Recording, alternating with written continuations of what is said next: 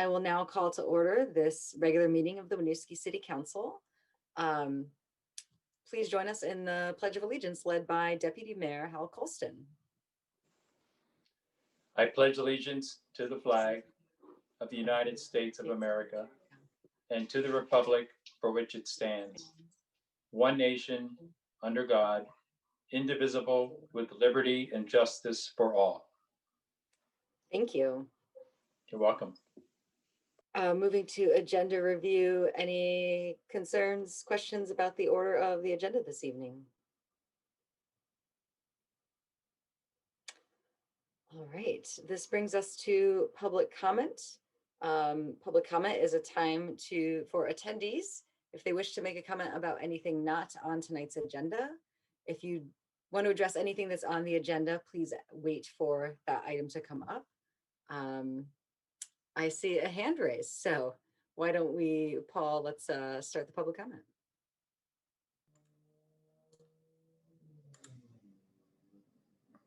Okay, Eli, whenever you're ready. Thank you all very much. I know we'll talk about Act 164 next Monday, but just wanted to thank you for the guidance in petition language. Good discussion with folks, talked to businesses downtown on Saturday, spent a few hours, had good response online. So I'll look forward to speaking with you all next Monday and appreciate the time and the guidance. So that was it. I know you guys have a lot on your agenda and I'll look forward to seeing you all next Monday.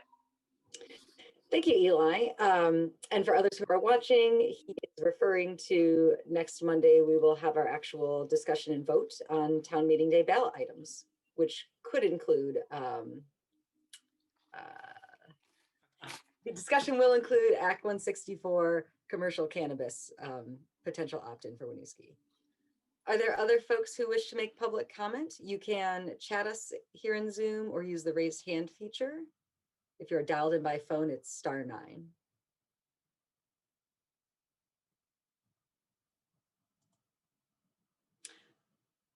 Seeing no more public comment, I will move on to our consent agenda. We have our minutes from our January 11th meeting last week and the accounts payable warrant of January 15th, payroll warrant for period December 27 to January 9. Are there any questions or concerns on the consent agenda? Would someone like to make a motion to approve? So moved. Second. Motion by Amy, second by Mike. All those in favor, please say aye. Aye. Aye. Motion carries. Consent agenda approved. Moving on to council reports. Can I start with you, Hal? Sure. The only thing I have to report is that I just learned today that our charter change proposal has come out of Ledge Council. So we have the rough draft. We will have the final draft later this week after they've had a chance to proofread it and make sure everything is lined up as we intended. So I'll be sharing that with the leadership team and we will go forward. Thank you for the update. Jim. I have nothing to report at this time. Thank you. Thank you. Mike? Sure. I just want to give a big shout out to the Winooski Public Works guys for keeping the roads and sidewalks clear this weekend. So thank you, fellas. Thank you. Amy? I attended the Safe, Healthy, Connected People Commission meeting last week, and we received a great presentation from Tay Olson of the Winooski Mutual Aid Group. And I just wanted to take a minute to highlight some of the work that that group is doing for the community, for those who may not be very familiar. So Winooski Mutual Aid is all volunteer run. They've got about 8 folks in total, and they're really taking a neighbor to neighbor approach for this mutual aid. Their mission is to bridge the gap that established systems have left to ensure that everyone in Winooski has the resources that they need. And they're doing lots of different things to serve the community. A big piece is food and meal distribution, as well as grocery runs. They have also held and are holding another drives of many kinds, including clothing, diapers, period products, garden veggies, and they just announced one this week with Scout to get more personal care products donated to folks in need. They've also redistributed more than $10,000 of community contributions to neighbors to aid with food insecurity, rent, and bill relief. And since June, they have responded to 45 individual requests for assistance. In the future, they're going to be launching something called PUMA, which stands for Pop-Up Mutual Aid, where they'll hold events in neighborhoods and bring resources to our neighbors to help further reduce barriers. And I also just wanted to highlight one immediate need in case anybody out there has a lead on something related to this. The group is looking for a physical space to be able to store more of these products that they are collecting and redistributing, since it is very community driven and, like I said, all volunteer run. People are running out of room at their individual homes to store these items. So if anyone has a lead on space, they would greatly appreciate it. And you can learn more on their website, winooskimutualaid.org. Thank you, Amy. Since our last meeting, so last week, the Finance Commission met and reviewed a reserve policy. So that commission is going through sort of a list of financial policies and helping our staff finalize those. There are a couple more on the list that they will be going through in the next few meetings. And I also was able to bring them the update from our previous discussion about next steps from the master plan. They liked the idea of just a quick verbal update during each meeting from me as council liaison, just to say some key highlights of what I'm hearing from you, from other commissions, and any big topics coming up at council. So nothing too in depth. They were also supportive of the other items that we discussed around work planning for more collaboration and potential equity training. So more to come on that in the future. The Planning Commission also met to discuss updates to our land use regulations around accessory dwelling units. So there was a state mandated change that we needed to update our regulations to address. Had some lengthy discussion about making other changes potentially in our regulations. And the conversation landed on just making the state mandated changes for now. That is it for me. I will pass it to City Manager Jesse Baker for city updates. Thank you.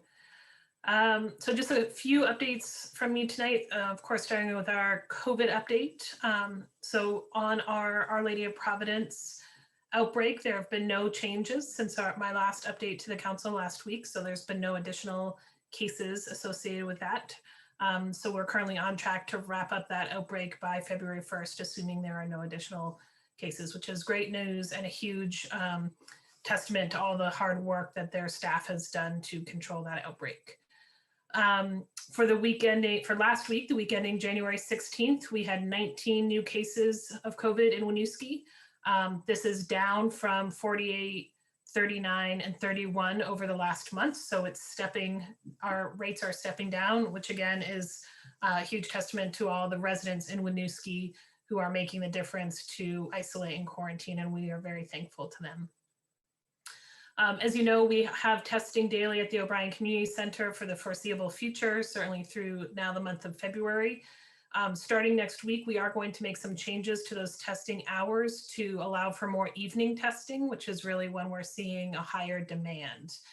We are not publicizing those until the end of this week, so as not to confuse people with what's happening this week and what's happening next week, but we will see those expanding next week. So for this week, just a reminder to folks, 9 to 3 any day, including Saturday and Sunday, you can be tested at the O'Brien Community Center. And there are daily walk-up spaces available and interpretation and translation available on site. Our COVID morning team has shifted our focus to advocating for vaccinations located in Winooski, vaccination clinics in Winooski, and are partnering with VDH as they roll out their age band implementation. So again, the most important thing our neighbors can do is to not spend time with anyone outside of your immediate family, to wear a mask when in the presence of others, to socially distance, and to wash your hands. Moving on from COVID, I did want to let you know that we did receive one petition for an item to be placed on the ballot by the deadline today. The city clerks are verifying the voters on that list now. We are unsure whether the limit of required registered voters will be met. And we received another one that you'll hear about next week after the deadline. Just a reminder to everyone that to be on the ballot to run for city council, for mayor, or for school trustee this year, you do not need a petition. You just need to come into the city clerk's office and sign a consent to be on the ballot form. Those are due by 5 p.m. next Monday night, January 25th. And just a reminder, the seats up for re-election are the mayor and two-term city councilors. And then there are 3 school trustee positions open, one for 3 years, one for 2 years, and one for 1 year. So come on in and get your consents in. The equity director posting closed over the weekend. We had 21 candidates. We're pretty pleased with that turnout. Phoebe has had a number of stakeholder interviews over the last couple of weeks to talk with our community partners and really ensure that we are integrating community voices into that hiring process. We will start that interview process in the next couple of weeks with the goal of somebody being on board by April 1st. And then finally, as you likely may know, 355 Main Street, the old Andy's Auto, will be redeveloped starting this spring. Nate DeJess is redeveloping that property.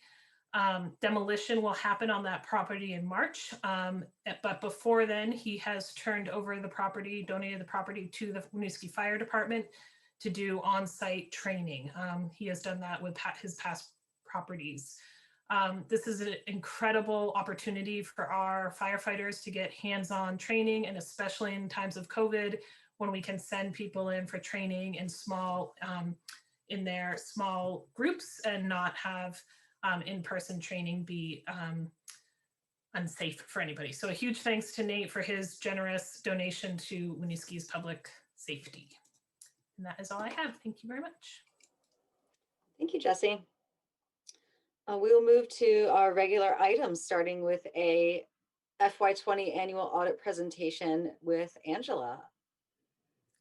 Thank you very much. And Josh Quinn from Irish R. Smith is here to present the council the 2020 audit report. The council approved RHR Smith conducting our audit of 2020 in April of this year, or last year actually. We did the preliminary field work and some of the full field work remotely, but some on-site work was done the week of October 19th. Financial statements in draft form were submitted to RHR Smith just before Thanksgiving, and we received the final versions back on December 18th and have submitted those to all of the agencies required. So I'm going to turn it over to Josh to give their analysis and see if you guys have any questions. Great, thank you, Angela. Hello, sorry I had some technical difficulties. My computer just blipped, but I think I'm back. Nice to see you all. I apologize that we can't be there in person, but I guess this is the world we live in right now. As Angela said, we did our initial field work, our test work in the spring, and then we were there in the fall doing our audit work where we looked at all of your FY20 activity and all of your different various funds. We also did our TIF audit as well, which is a requirement of the state to wrap your TIF up your last few years of that, as well as looking at anything and everything. So what I usually do on these is I'll go through your financial statements. Do you all have a copy of those or a PDF version of them? All right, excellent. So I typically will just kind of hit the highlights. Please feel free to ask questions. Let me know if you want more detail, and between Angela and I'm sure we can satisfy to your dying or to every extent you may wish to look at this 87-page document that we provided for you. So first one, I'm going to jump to straight to statement C, which is page 18. Excuse me. This is your balance sheet for your governmental funds. So this is your general fund is in the first column. You've got your TIF fund, your community development loan fund, your city capital reserve, and then all of your other special revenue funds that are not major. And there's a calculation on what we determine as major and how we determine those. So this is kind of where the meat and potatoes are. Your general fund, this is your balance sheet, so it goes over all of your assets, your liabilities, and then gets down to the ever important number that everybody always wants to know is what was our fund balance at the end of FY20. And so down under fund balances, you had a non-spendable fund balance of $232,000, which is mostly made up of prepaid items. You've got a restricted figure of 6,000, an assigned fund balance of 698, and then an unassigned value, which is kind of that money that you're able to distribute or assign to other resources or other uses of just about $1 million, which is great. So that's a total fund balance of about a 1.98. Sorry, mine's really small on my screen. And so as far as fund balances go, we usually like to talk about 30, 60, 90 days worth of operating expenses.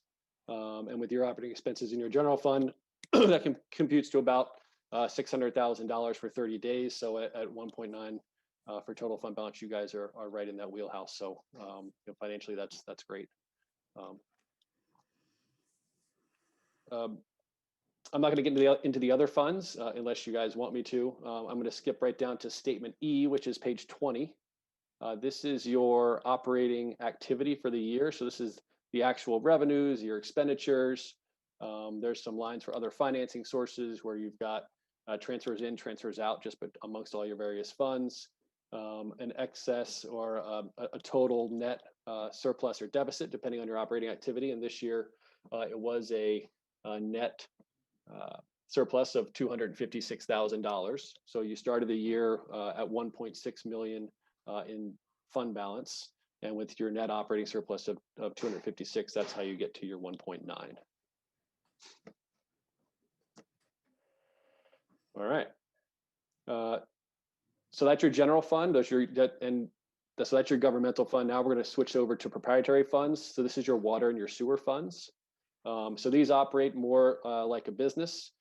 So the balance sheet looks a little bit different. It actually lists all of your long-term assets as well as all of your long-term debt. And instead of getting a fund balance at the end of this balance sheet, you get a net position. And so net position takes into account all of your long-term assets and your long-term debt. And you get an unrestricted net position at the end of this, which is, it's a little bit like fund balance, but not exactly. And I'll leave it off there and not bore you with the accounting details. But anyway, water and sewer funds, both are in solid net positions as well. We also talk similar to the fund balance where we talk about 30, 60, 90 days. We talk similar net position. And I think for your water fund, where's my calculation? For your water fund, I think you're 30, 60, 90. Let me pull this up. I've got lots of screens open.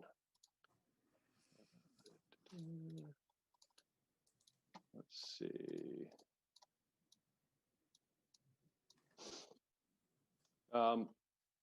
So yeah, your 30 days of operating activity in your water fund's like 10 grand. So you're doing great in that one. And then in your sewer fund, you're more like 15 or 20 for your 30 days. So that one's doing very well also. One more page below that is your statement H, and this is just like what we looked at for your general fund. This is the actual operating revenues and your operating expenses to get down to your net activity. And just net activity takes into account your depreciation. So sometimes those numbers look a little bit different.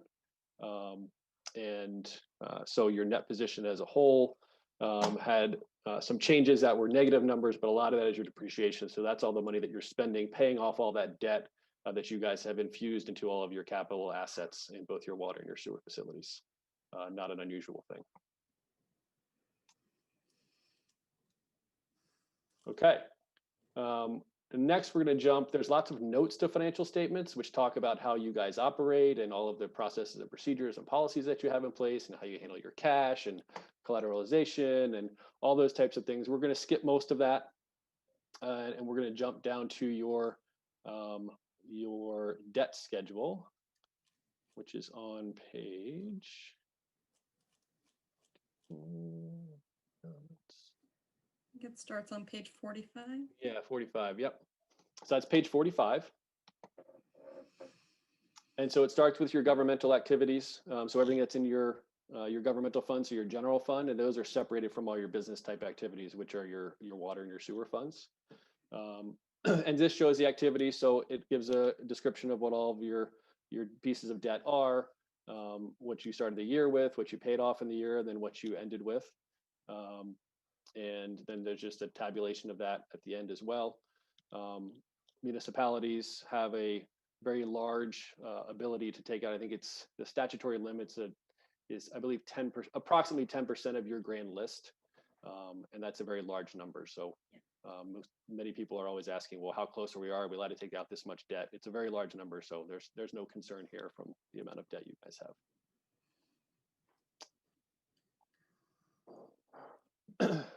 Next, I'm just going to jump down into your beyond all the notes and just get into your special revenue funds. So that's going to start on page 73. I'm sorry, 72, excuse me.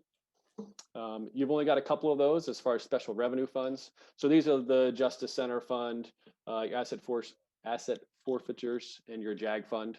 And this is just like what we looked at earlier. So it gives you your balance sheet, the following pages, and your revenues and expenses, so you can see the activity that's actually flowing through those funds.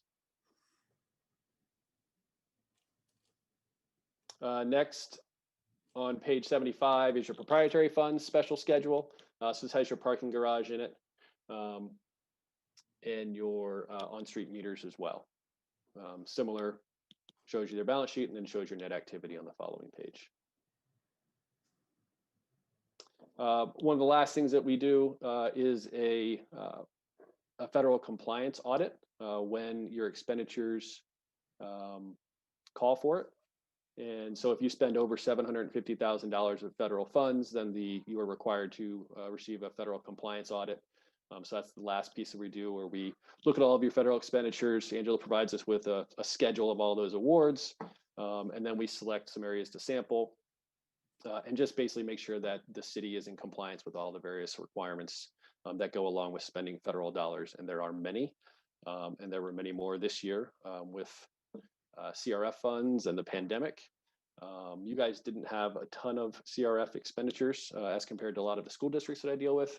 And so you didn't need any type of special compliance audit having to do with CRF funds, which was a good thing. So yeah, so overall, typically we write a management letter and with some suggestions for best practices or things that we found this year. We didn't have any comments as far as best practices. We only had a few last year for Angela, and she knocked those out of the park as I expected her to do.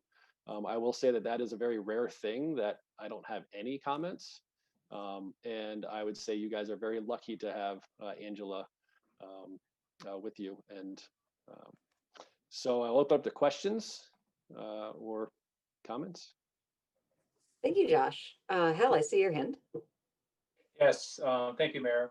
I just want to share my appreciation for this amazing team that we have. I'm on too many boards, and when we go through this process, I don't think I can remember an audit without some kind of recommendation. So this is special. So thank you all. Well said, thanks. Are there other questions from council?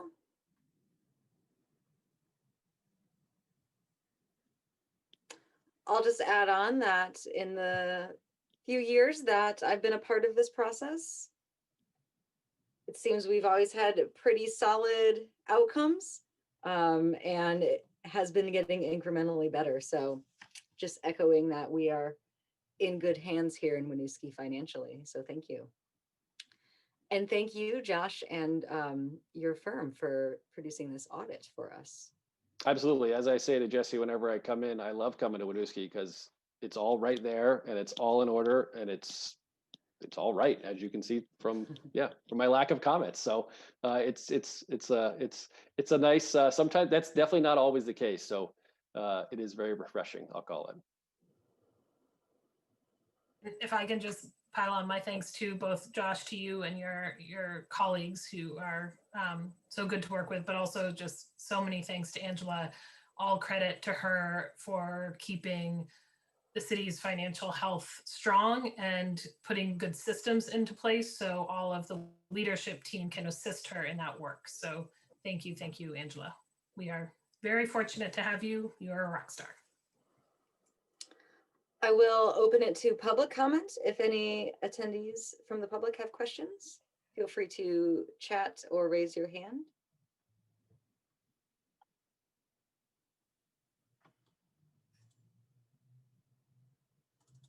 All right. So hearing no other questions or concerns, we have this on for approval. I would entertain a motion to approve the FY20 annual audit. So moved. Second. Motion by Mike, second by Hal. All those in favor, please say aye. Aye. Aye. Aye. Amy, I didn't hear you.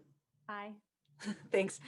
So motion carries, and we will move to our next item. Thank you again for the presentation.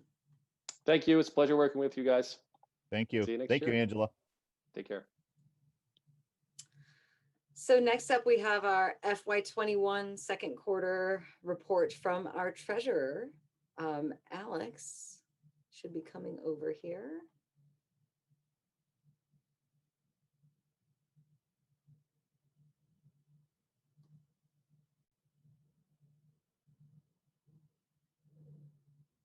Oh, Alex, you're on mute.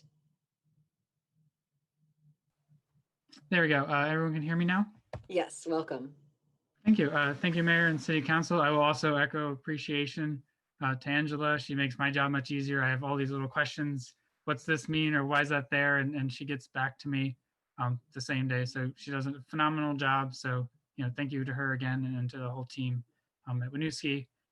It's a pleasure to present the second quarter of the 21 fiscal year, Winooski's financials. In similar notion to what Josh presented, the financials across the board are rather encouraging. The general fund's revenue overall actually exceeds the original budget.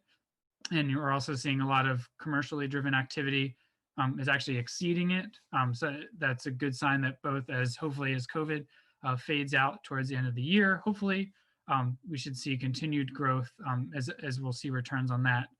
You also have a lot of enterprise funds, which are drastically reducing their deficits, or in some cases actually rotating in a positive territory.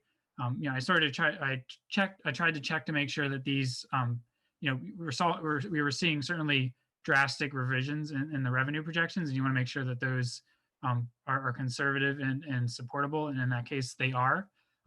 You also have a lot of times you have large amounts of loan proceeds in there, which can certainly distort the financials if the corresponding expenses aren't incurred in the same period, but that was also taken care of.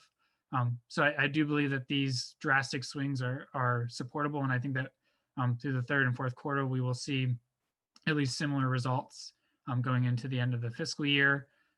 So although despite that we this is the fourth quarter now that the city has gone through part of the global pandemic, we're actually still seeing cash reserves at a fair level, just as Josh had mentioned. And as such, the city of Winooski still remains in reasonable financial health. And sort of the likelihood of there being costs associated with having fewer reserves is fairly low. If the city has any other questions, happy to answer them. But I know the audit report was probably fairly extensive and it probably answered a lot of questions. Thank you, Alex. Yeah, I would just say I didn't see anything surprising in this report, which is good news. What we've been monitoring is happening. Are there any questions from council about this treasurer's report?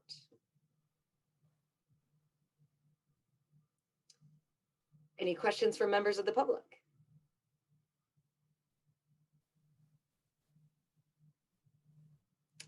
All right. Well, thank you again for putting this together and for the public overview here, Alex.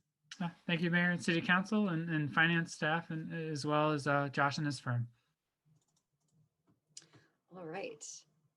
We'll move on to item C, town meeting day outreach and voting with Carol. Hello. Welcome, Carol. So I'll kick this off and then Carol, you can jump in. Sure. So Carol and I put together this memo. It has had an update since we wrote it, in that H48 was signed into law by the governor that gives municipalities more options around town meeting. So the upshot of this agenda item is that you do have more flexibility now within state statute, given the pandemic, to make changes to how town meeting day operates. Carol and I are recommending that we stay as consistent as possible with past town meeting day efforts, i.e. not change the date, not change many of our processes for consistency for residents. We also recommend that instead of mailing ballots to every household, every voter in the city, that we may mail a postcard to every household in the city, a much bigger list, communicating the items that we outline here. The goal of that is twofold. One is to get information out to those who may not already be registered to vote in Winooski, giving them information about how to register, but also making it clear that non-citizens cannot vote yet on town meeting day. And then also giving clear instructions on how you request absentee ballots.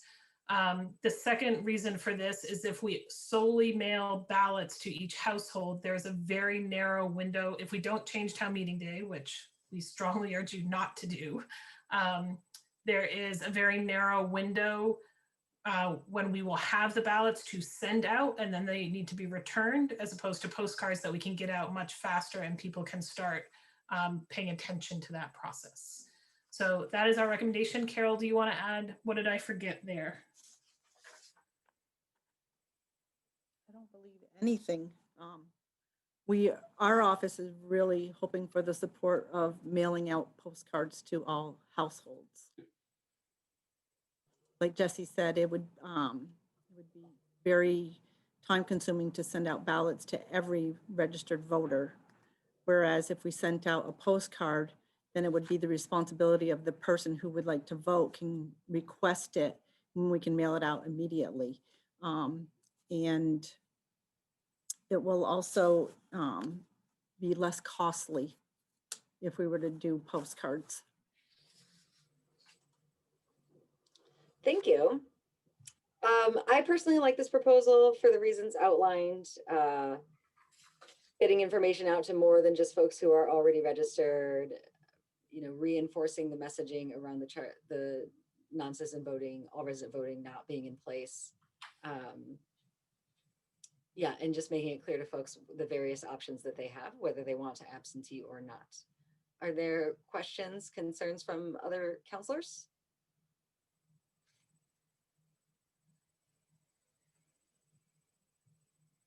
Hal? Thank you, Mayor. The question I have, are these costs to be considered special election costs that could be covered through the state? I think we have $2 million that we have identified through the COVID relief funds. So can we get reimbursed for these costs? So No, go ahead, Jesse. no, you go, Carol. No, we can't. It's if we were to mail out the ballots to every voter, Yeah. then we could get covered cost. But since we are just mailing out the postcards, no. Okay. Thanks. You're welcome. And just another sentence about that, we do budget this for every town meeting day, not necessarily the postcard part, but that we are going to send out a number of absentee ballots. That's part of what we build into the budget. So we do believe we have money within the budget to implement this. Great. Jim? Thanks. I don't really have a question, I guess, just so much as a comment on how there is a difference in access that we create by making this decision, and the savings are really on time and not in money. So I totally appreciate the challenge of having to stuff that many ballots and get them out and back in that time. But it also, if we did actually do that, would save us the cost of having to ship out absentee ballots upon request. Since if we did a full up mailing, everybody would get their ballots. We'd have a lower barrier to participation in a weird year. And not a lot of people participate in town meeting day as compared to November election.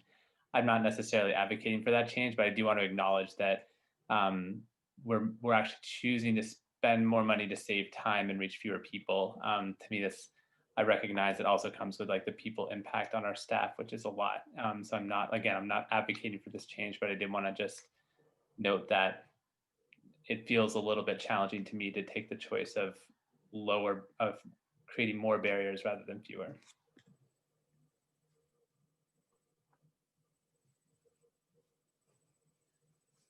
Any other questions, comments? I think I feel similar to Jim, and you know, I'm fine with the proposal also. I had noticed that as well, and I saw that our voter turnout typically for that election is pretty small. I think you said we had about 900 people who voted in the last election, so it just made me wonder, would we get more participation if we were to mail ballots home to everyone? A question I had was, if capacity to do the mailing is a problem, would there be money and would we have time to potentially hire a temporary election worker if that was the direction we wanted to go?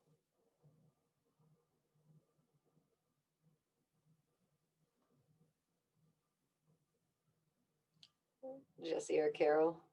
All right. So we could do that. We could hire somebody for a day to come in and stuff envelopes. To me, the timeline issue is more that the ballots won't be printed until 20 days before the election.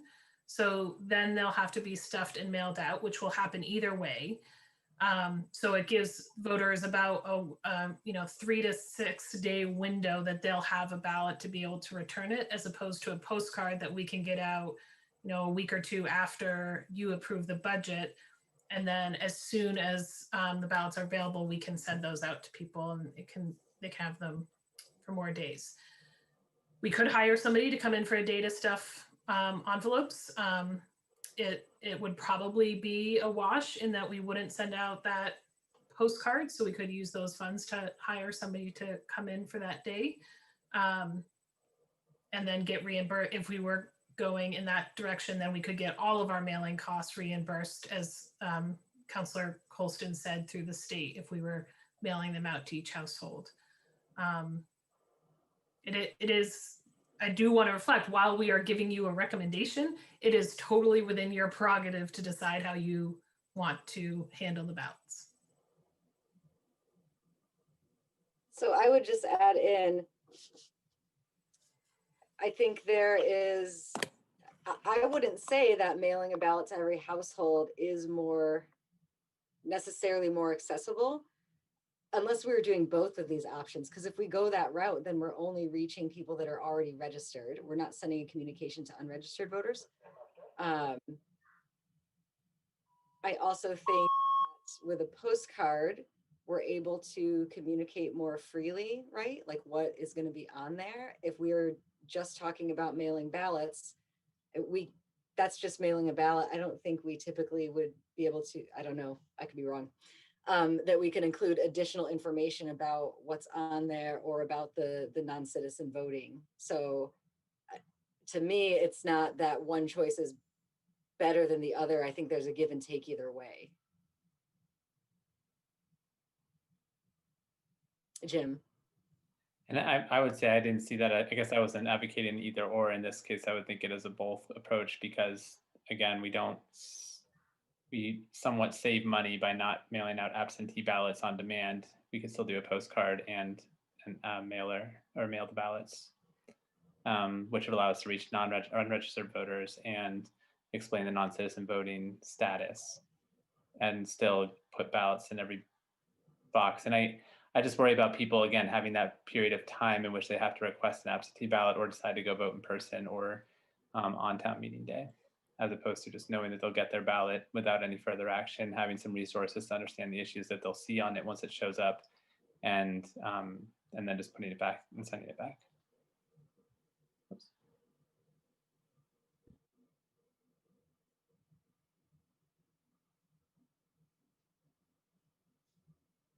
Well, I think that's a question for us. We could have this postcard mailed. We could also hire somebody to help staff stuff ballots. I think to Jesse's point,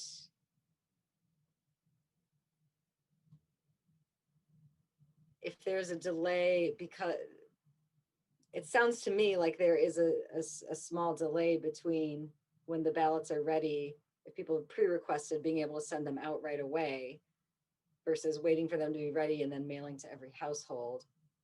Maybe not. Maybe I'm misinterpreting that. Well, the difference is on that day, and Carol, you may have the date at the top of your mind, but the day we get the ballots back, either we're stuffing 5,000 ballots, which takes 2 or 3 days, and then putting them in the mail, or the 500 requests that have come in for absentee ballots, we're stuffing those 500 on that day and getting them out. So it's 3 additional days that they're in people's hands if they want absentees and request them early.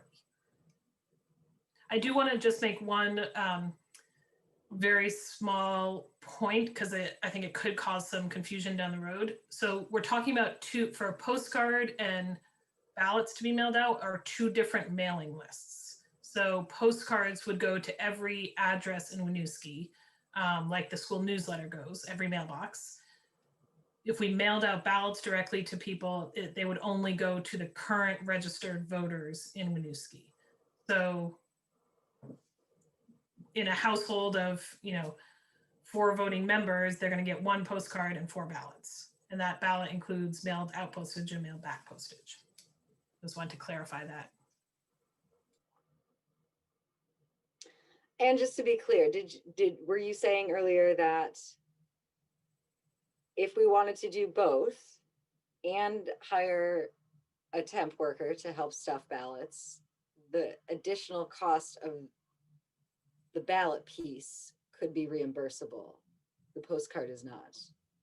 So my understanding, and Carol, jump in, is that if you vote to require us to mail a ballot to each house, each registered voter, then that cost of postage basically is reimbursable by the state. That is So correct. Sorry, Carol, is that right? That is correct, yes. Postage, not the labor. Right. And not the postcard. Right. But it's really just more that you worry we wouldn't have enough time for the voter to receive the ballot, fill it out, and turn it around back in the mail if we went that route. I worry about that, and quite frankly, I worry about the clerk's office only dealing with ballots in February. Like the amount of work it takes to mail out 5,000 ballots and then manage them being returned is an enormous amount of work. They very clearly did it on election day.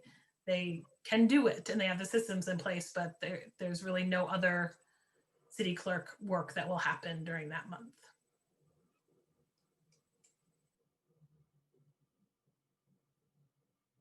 Something else that I'm thinking about is, there was some confusion with folks who received the ballot and then came to vote in person, or, did a separate absentee request. I don't know how big of an issue that was.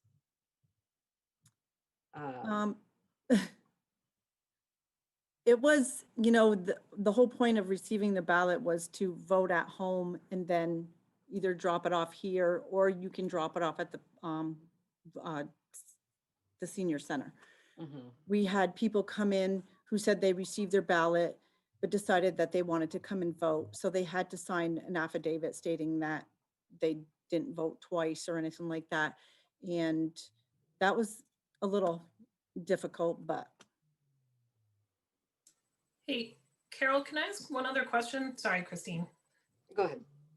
In H48, or how maybe you know this, if the council votes to mail a ballot to each household, do we also have to actually hold a town meeting day voting, in-person voting opportunity, or is it all done by mail?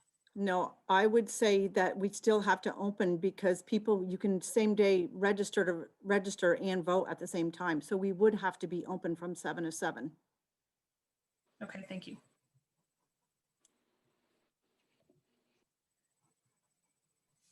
I would think people like to go vote in person anyway. It's a tradition for them. Jim?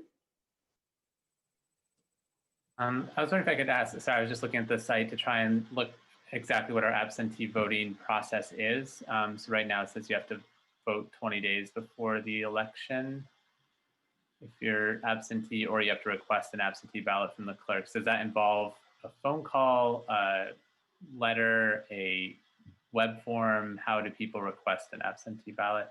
Is there any changes under H40 that affect that process? So what happens is the ballots are going to be available 20 days before the election. Once you guys approve the warning and stuff, I then develop the ballot, and then, which will be on the 26th. And then it takes a few days for them to draw up the ballot. And then that following week, probably the 8th, we won't get that's when we'll receive the ballots. So what people can do is they can request it by phone. They can email us. And go from there. We could probably set up a web form too. That's pretty Sure. easy. Paul could set up a web form too that would kick you an email, Carol. Absolutely.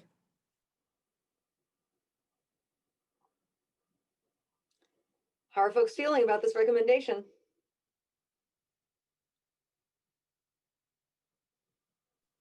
Do you mean the original proposal? Or Original proposal, or in adding on ballot mailing? I'm in favor of the original proposal. Thanks, Mike. Jim? I was just wondering if we might see if any members of the public who are in attendance have. Did I not ask that yet? Yes. If there's anyone in attendance, please use the chat, raise hand feature, *9 on your phone if you wish to make a comment or ask a question.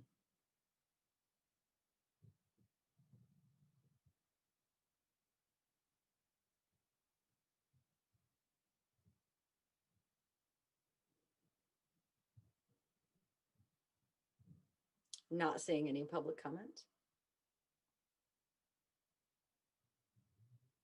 Jim? So I'll say if there was a strong sentiment to go for an all absentee mailing, I would heartily support it. But I'm given that we're all I still feel on the fence. I think I would probably defer to the recommendation of staff on how to make this operationally work and still be responding and responsible to all the other work that we have going on in the city.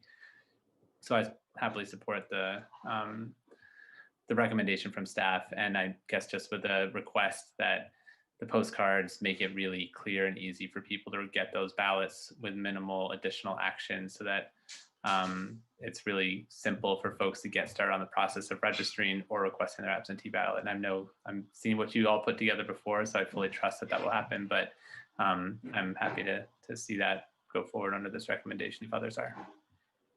Thanks, Jim. Amy? I feel similar to Jim. I really appreciate you, Carol and Jesse, just talking through all of that with us. I think if we had more time in between when the ballots came out and when our town meeting day was scheduled, then I might feel differently. But I think the original proposal is probably fine.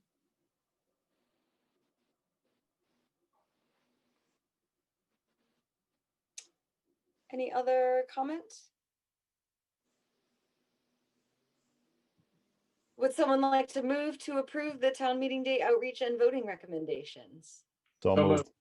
Second. Gotcha. Yeah, jinx. Motion by Mike, second by Hal. All those in favor, please say aye. Aye. Aye. Aye. Motion carries. I think that's the first simultaneous on both motions.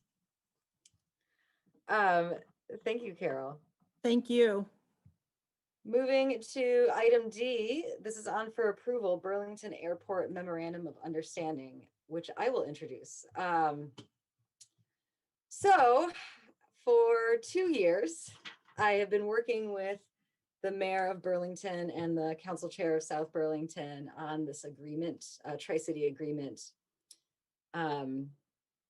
focused at committing all 3 of our cities to working collaboratively into the future in support of our shared goals related to the airport. So noise mitigation, retaining homes, and just general airport operations. This agreement was actually started by my predecessor, when Mayor Leonard was in place.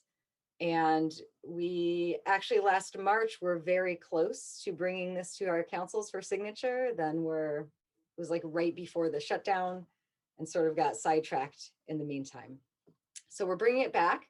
The South Burlington Council has already approved this. Burlington is either taking it up tonight or next Monday. I'm not sure which. But basically there's some key commitments in here in this agreement. So this formalizes a collaborative relationship across our cities. Something that I think is important. We know that the noise mitigation activity and just generally like airport operations impacting your community is going to go on far into the future. And so having a structure in place that will support cross-community collaboration beyond my term, beyond, leadership across the cities. This also commits us to being more communicative and transparent. So Burlington and airport leadership will provide us with regular updates on the noise compatibility progress and other airport operations. That commitment for regular updates, I think, is important. In the past, we've had to just ask for that information as needed. It would be nice to receive it proactively. There's a commitment to Burlington to apply for FAA funding every year. So the whole noise mitigation program is via the airport and the FAA. It's on Burlington. We can't ask them to, we can't apply for funding, right? So this is getting them to say, we will continue to do this for the homes in your community. And then also for the 3 of us to work together on securing the 10% match funding, local match funding from other sources that are not our taxpayers' dollars. And I think an important addition to that is Burlington agreeing to explore use of airport revenues if we don't secure local match funding. So at the moment, we have Vermont Gas has thankfully come on to partner with the noise mitigation program. They're going to contribute that 10% match and do some of their weatherization work.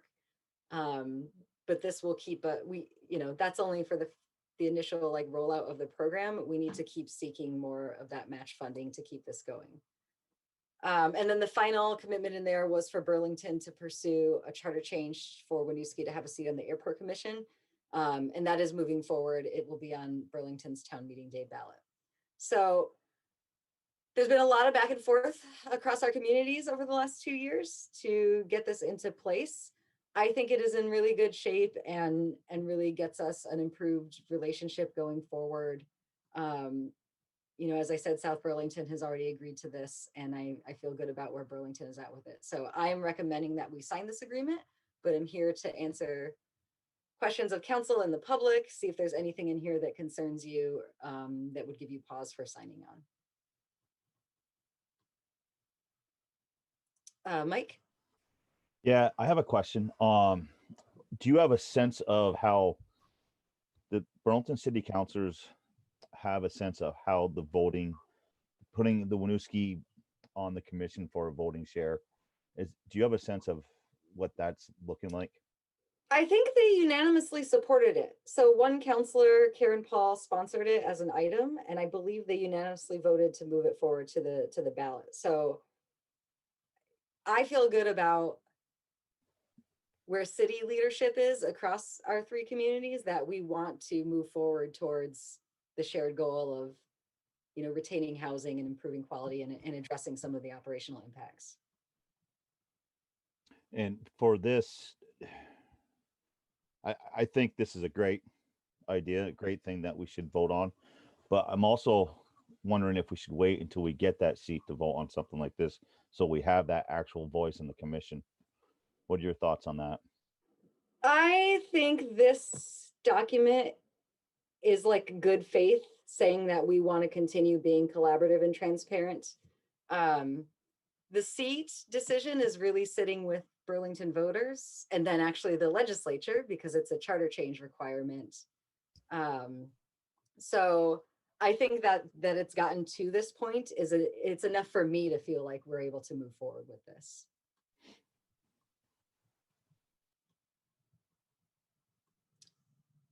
Amy, you had your hand up earlier. I did, but my question was very similar to Mike, so Okay. I'm good. Thanks.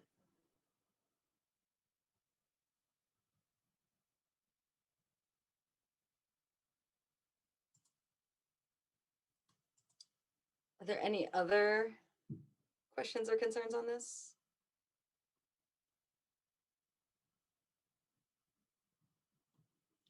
I will say that the process of coming to the negotiating that has happened between Mayor Weinberger and Chair Reilly and I, like getting the document to this point, there was some back and forth on some of the pieces in here. And I think along the way, both parties, in my experience, really showed good faith that they do want to be collaborative and gave a little in some of the items that are included in here. So I think this is in a lot better position than it was when we first started discussions. Are there questions from members of the public?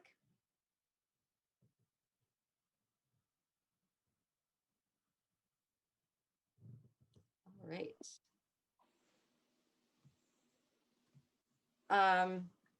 If there are no more comments from council, I would entertain a motion to approve signing on to this agreement.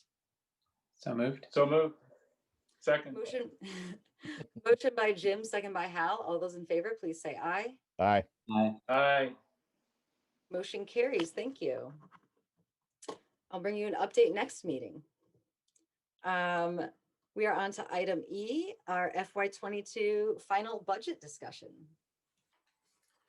Great. So this, so on December 7th, I presented to you our overall budget proposal from the leadership team. That's available at winooskivt.gov/FY22 if folks are interested in looking at it. Since then, the department heads have come in and given you presentations on each service area and are here tonight to answer any additional questions.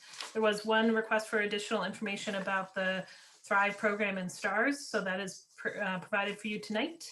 And generally, this is just your opportunity to have your own conversation about the budget, any changes you would like to see made.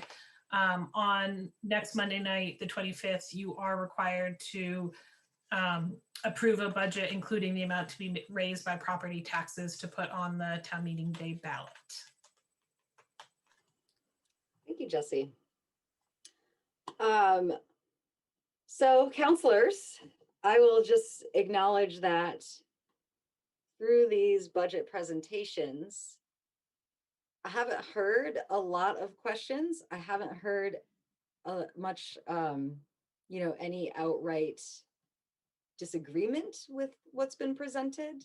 I think that's likely indicative of good communication between us and staff, and then bringing us a budget that reflects, what we've shared as values. So there may not be a lot of discussion to be had, but now is the time for any final questions, concerns, thoughts, if there's something that you would want to see changed.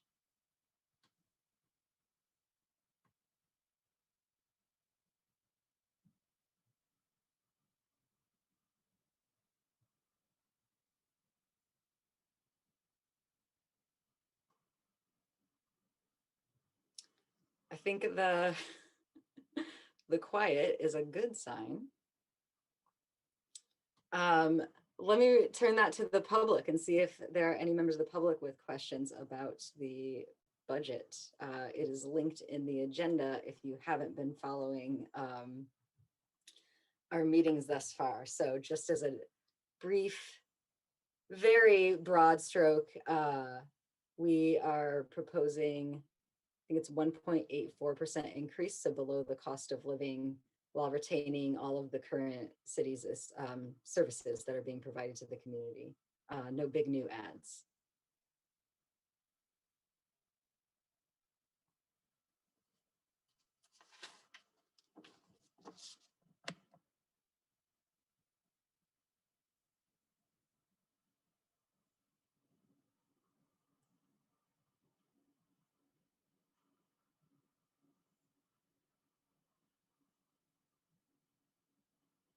All right, no public comment. I'll give it another moment if counselors, if there's anything else that you want to hear before we are ready to vote on this next Monday.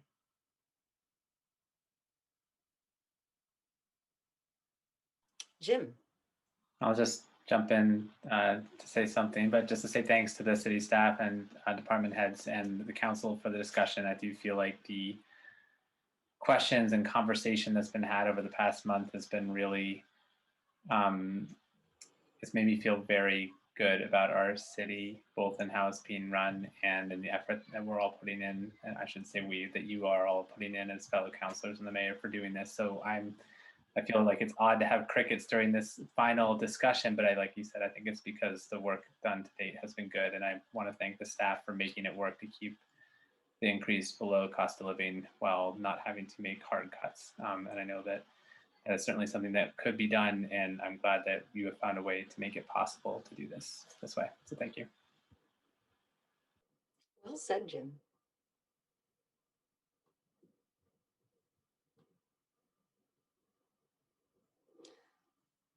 All right, I will move us to our next item then. On to F. This is on for approval. Chittenden County Regional Planning Annual Work Plan Application Request. And welcome, John. Good evening. So you may remember this funding program from previous years. Chittenden County Regional Planning Group annually solicits for this federally funded grant program for transportation, water quality, planning related projects. So this year, what we're proposing is to submit a grant for the proposed traffic calming policy for the city. So this, I'm sure you've heard through neighbors, you know, a lot of our community members were at home looking out the window and getting a firsthand view of the traffic that goes by their house, unfortunately, with the COVID impact. And we saw an increase in requests to look at ways to potentially reduce perceived traffic speeding. So typically how this is done is through a traffic calming policy, so that basically it creates a framework for how we would evaluate and potentially put in mitigation measures, physical mitigation measures. So these would be things like speed humps and looking at changing traffic flow, those type of traffic, permanent traffic features. So in chatting with the CCRPC folks, they recommended to look at submitting for this annual grant funding. And they reached out to a couple consultants to come up with a budget. And one of the sort of benefits of using this type of funding is, you know, besides the 80% funding mechanism, it gives us a little bit more robust public outreach instead of, you know, us trying to do it with some in-house support from RPC staff, for example. It also kind of limits and sets us on a schedule for completing the task because it's federally funded. So we're sort of constricted by, you know, a time frame to wrap up the policy. So, you know, similar to the traffic impact fee, which is also a UPWP project. So the total request is a $50,000 grant. The city would be responsible for 20% of that. That's the $10,000 match requirement. So with that, open it up to any questions. So I just want to say I'm excited about the prospect of having this policy. It's clearly something we need. But it did beyond like the need for some traffic calming, we also need, you know, a rational way to tell folks when and how, like how we're addressing their requests. You know, I get some folks, their street is obviously the most important to them. And to be able to say like, this is why we're responding to this, the need that you've surfaced in a certain way, I think adds some equity and transparency to the system that will help people as decisions are made. Questions from council? Mike? I do.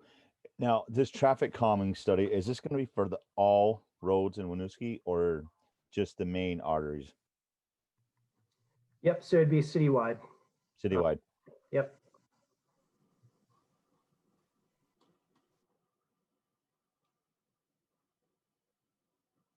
Jim? Well, thanks for pursuing this option. I like the certainty timeline and additional resources we get out of the UPWP process. I guess my only question, and I apologize if I missed this, but we'll go through a public process. We're also going through a period of change in the development landscape. So I'm wondering just kind of if you have any musings or thoughts on how this process can accommodate, how this policy can be future ready for a much more dense developed landscape along Main Street, potentially along East Allen, and that might put a higher burden and change some of the quantitative reasoning for doing traffic calming or not, depending on like number of trips. I guess I'm just curious, how is this the right time to do a traffic calming policy public process when the public hasn't really experienced more than a handful of developments when we anticipate many more?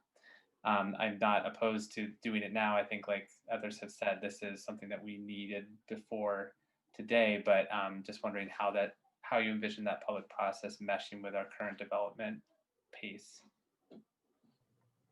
Yeah, it's a good point, Jim, because it is kind of a transformative time with East Allen sort of seeing all the development along East Allen, and obviously Main Street getting redeveloped next couple of years.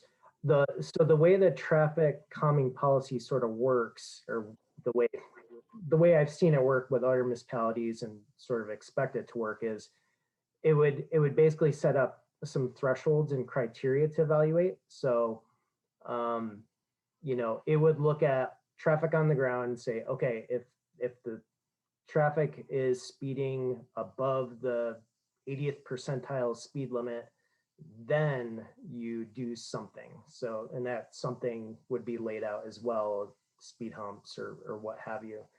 So it's sort of agnostic to the development on the corridor, because it's looking purely at the traffic volume and traffic speeds. And we could reevaluate those traffic volumes and speeds at different time periods and look at you know, different potential methods. So, and I will say some of the methods may be somewhat semi-permanent. So, you know, test it out. If it doesn't work, you know, we could try something else that's also sort of inexpensive. And then, you know, if we're seeing some kind of influx of additional traffic speed or volume, it could be changed at a later date as well. So I think that's one thing we'll have to focus on, is, you know, making sure we're flexible with the traffic calming policy, especially around the corridors. And I think we'll also have to, you know, engage with the commission. So planning commission would be a commission that we would solicit feedback from on the traffic calming policy, along with, you know, the municipal infrastructure commission. So we have sort of what they're envisioning for future development.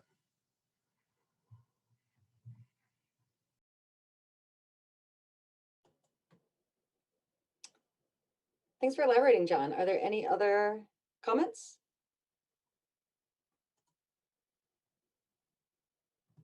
All right.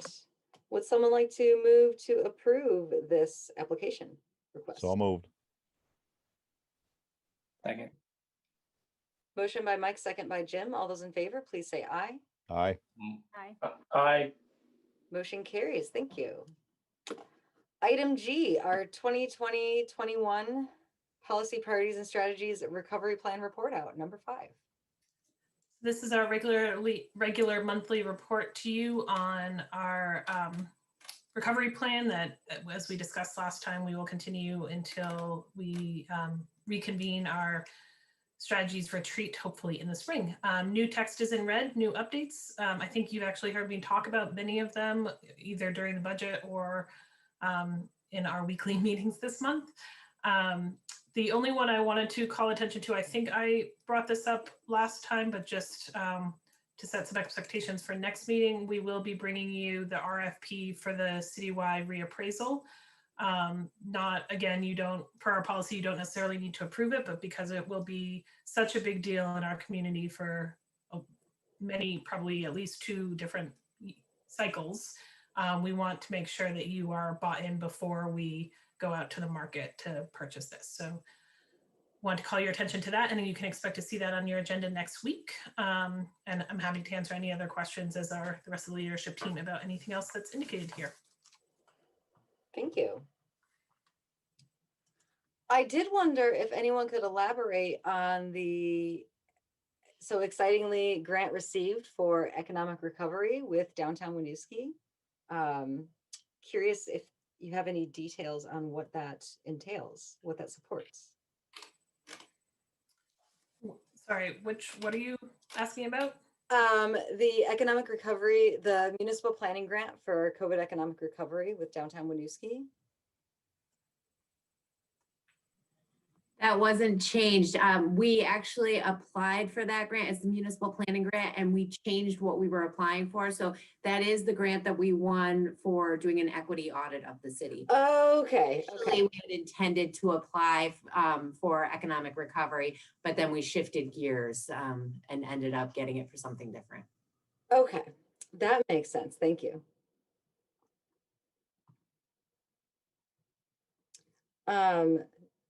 Amy, go ahead. Thanks. I just wanted to ask about the tax delinquency rate. It looks like it more than doubled from Q1 to Q2, although the number is very small at 1.5%. Just curious if we had any insight about what may have caused that shift and if we're worried about Q3. So the delinquency hasn't increased to Q2. That's the Q1 installment only has a 0.6% delinquency, and the Q2 installment only has a 1.5% delinquency. That number will go down as notices go out to people reminding them that they've missed an installment. When the first quarter installment was just passed, we saw a similar 1% delinquency at that time. Thank you.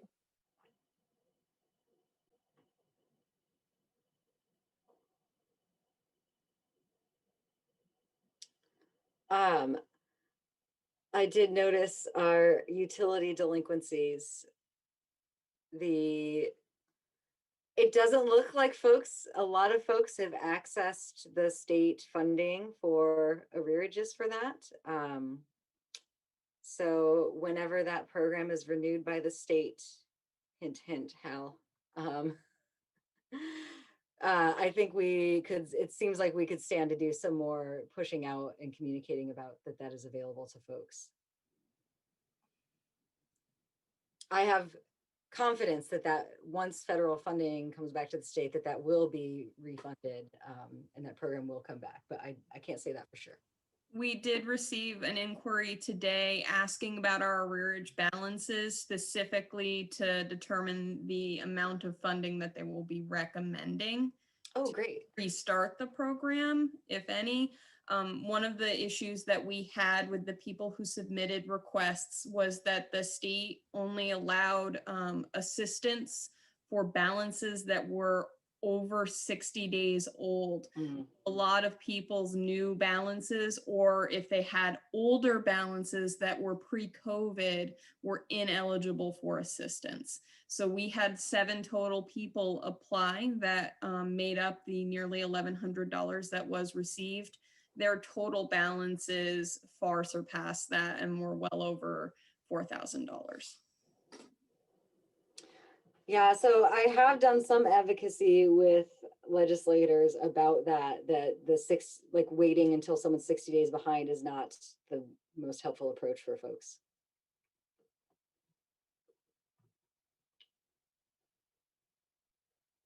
There other questions or comments about this update? Anything surprising in here?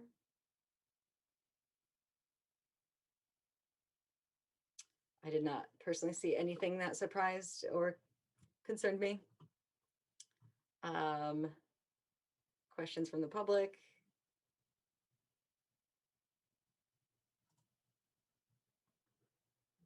All right, so this is on only for discussion, so no votes necessary.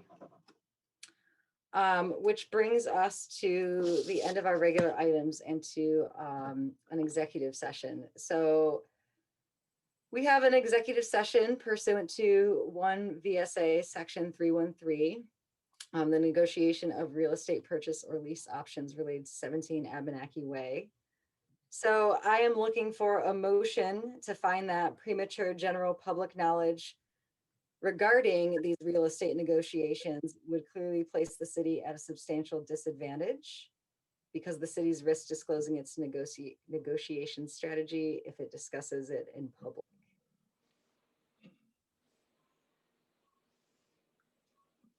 Seeking a motion. So move. So moved. Second. Motion by Mike, second by Hal. All those in favor, please say aye. Aye. Aye. Motion carries. So I would entertain a second motion that we enter into executive session to discuss these real estate negotiations under the provision of Title I, Section 313A1A of the Vermont statutes. And I would like to invite City Manager Jesse Baker and Heather Carrington as well. So move. Second. Motion by Mike, second by Jim. All those in favor, please say aye. Aye. Aye. Aye. Motion carries. So we will move to another Zoom line. Yeah, Yeah. so just for technology clarity here, I have sent you a separate Zoom invitation, so you need to leave this meeting, go into that Zoom meeting, and then we will return to this meeting at the end of our session to adjourn the meeting. We do not anticipate making any other votes tonight other than adjournment. And Carol, Paul will stay in this room. Carol, you can feel free to enjoy the rest of your evening. I can record the adjournment vote. Is everyone good? Where's Sounds the other, good. where's the new Zoom ID? Yeah. It's in a email I sent you on Friday. I can resend it right now if you would like. Yeah. All right, coming at you right now. Thank All you. right, thank you.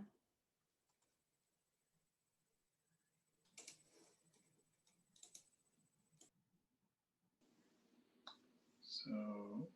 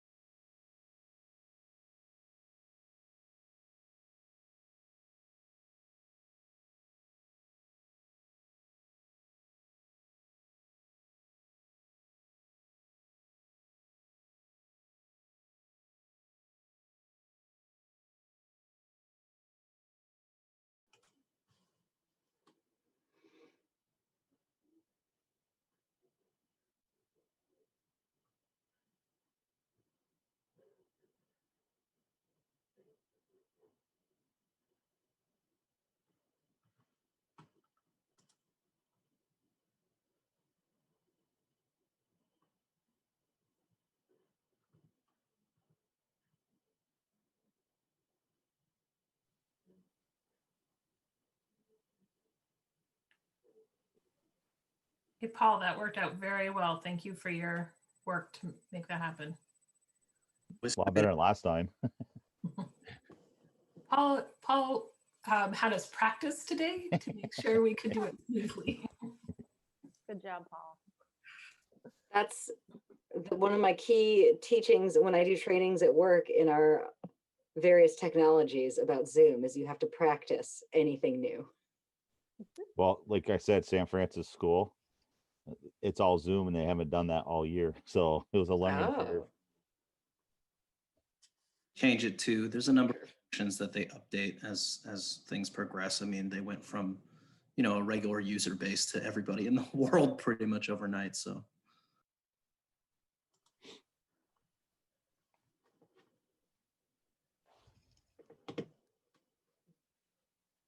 all right. So we are at the end of our agenda. I would entertain a motion to adjourn. So moved. Second. Motion by Mike, second by Hal. All those in favor, please say aye. Aye. Aye. Motion carries and meeting adjourned. Thank you all and see you next week. Good night. Good night, everyone. Good night.